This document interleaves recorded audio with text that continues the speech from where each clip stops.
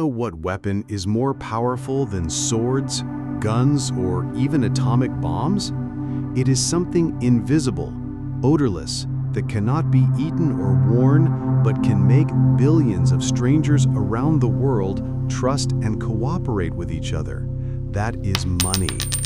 Money is more than a medium of exchange. It is the greatest and most successful story that mankind has ever created. So how can something so meaningless unite the world?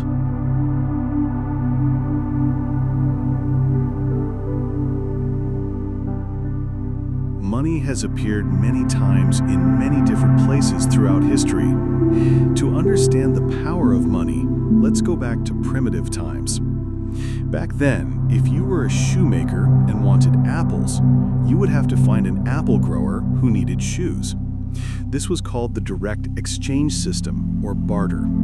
This system was inconvenient and limited specialization. A shoemaker could not just focus on making shoes because he had to constantly look for someone who had what he needed, and vice versa. To solve this problem, humans invented money. In the beginning, money was not coins or pieces of paper, as it is now. It could be shells, cigarettes in prison, or even barley.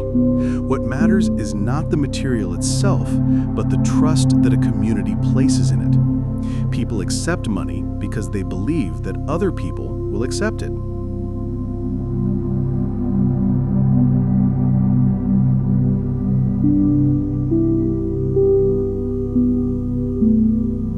At Auschwitz, cigarettes became an unquestioned currency. Prisoners used cigarettes to price everything from bread to margarine to alcohol. Even non-smokers were willing to accept cigarettes in exchange, believing that they could be used to buy other things. This shows that the value of money is entirely cultural, built on collective imagination and belief. Money is one of the three great imaginary orders that have united humanity, along with empires and religions. Money has succeeded where gods and kings have failed.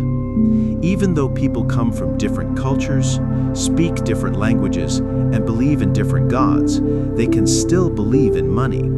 For example, a wheat seller in India and a silk seller in China cannot agree on a common god, but they can easily exchange goods with each other using gold or silver coins, because they both believe in their value.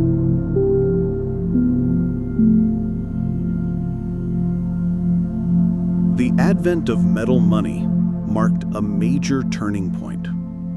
Around 640 BC, King Elaetes of Lydia minted the first coins of standard weight in gold or silver and stamped them with an identification mark. The mark not only identified the weight and quality of the metal, but also guaranteed the king's commitment to its value.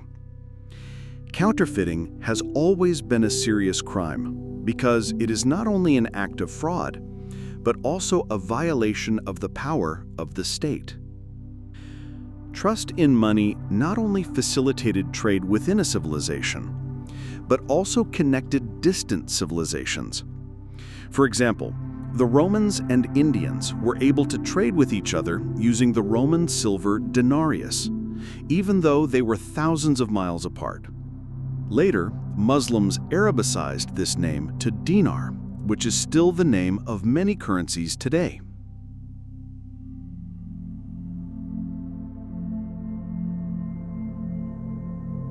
Money has become a common language, a common belief system that has helped people overcome cultural, political, and religious barriers. It has allowed complete strangers to work together to build great structures, finance expeditions, and fuel scientific revolutions.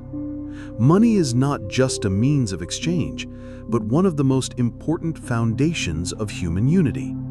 So what is the real power of money?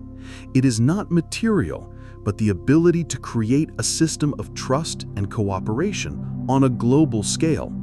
Money has enabled us to do things that no individual or small group could do.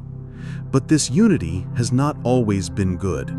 It has also created new visions of power, expansion, and control.